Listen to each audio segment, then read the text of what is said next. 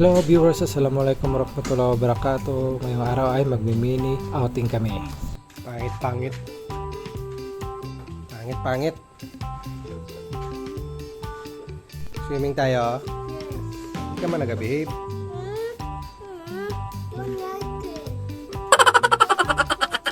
I don't like it naman yung di nag-behave. At dito viewers is biyahe na kami papuntang Montevicencio kasama ang kapatid ni Asi Boy, ang new member ng aming pamilya. So ayan, nakikita nyo ang sarap-sarap na ng tulog niya. Siya ay 3 months old pa lang. At kasama na rin namin yung tito niya na si Kulot. At doon siya nakakandong. At ayan na nga viewers, ang saya-saya niya kasi dumating na kami sa resort dito sa Barangay Baras sa Tacurong City. At hindi na siya makapaghintay maligo. At dito ay nagmamadali na siya. Nakita niyo sa video kung gaano siya kabilis. Ayan na viewers, makikita niyo yung Montevicencio Resort is napakaganda kasi maraming puno. Alis dyan, alis sa may tricycle. Dito ka sa gilid. So napaka-relax ng lugar. Ayan, makikita niyo may mga tire pa sa puno na pwedeng paglaruan ng mga bata. At nakaka-relax ng ambience dito.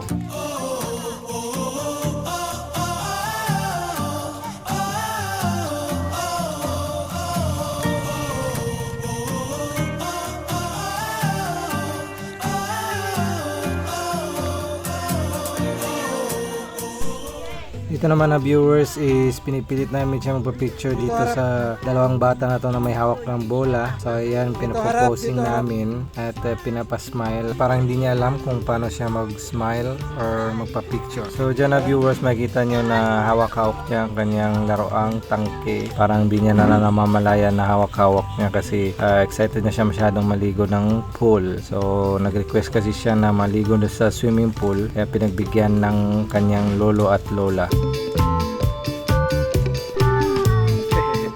Excited.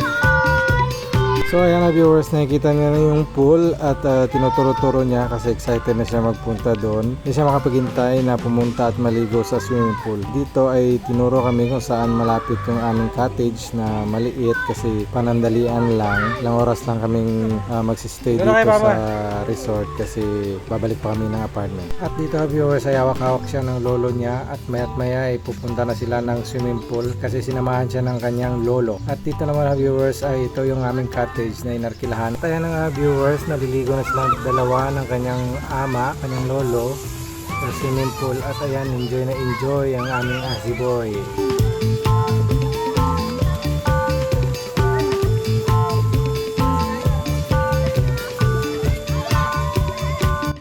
Ayan na viewers, napaka-relaxing dito sa Montevicencio kasi maraming puno at malamig ang klima dito. At dito naman na viewers ay mag-iihaw tayo ng minarinate ko na manok. Konti lang ito, tamang-tama lang sa amin para sa pangumagahan.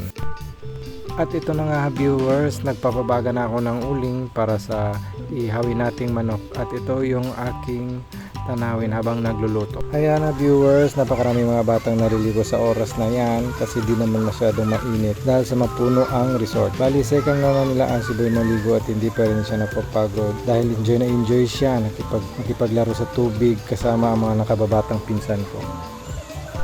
At dito na po magtatapos sa viewers ang aming mumunting farm vlog sa request niya si Boy na swimming kasama ang new member ng Asi Farm na si Zebby Boy. Ayan o, finger sucking.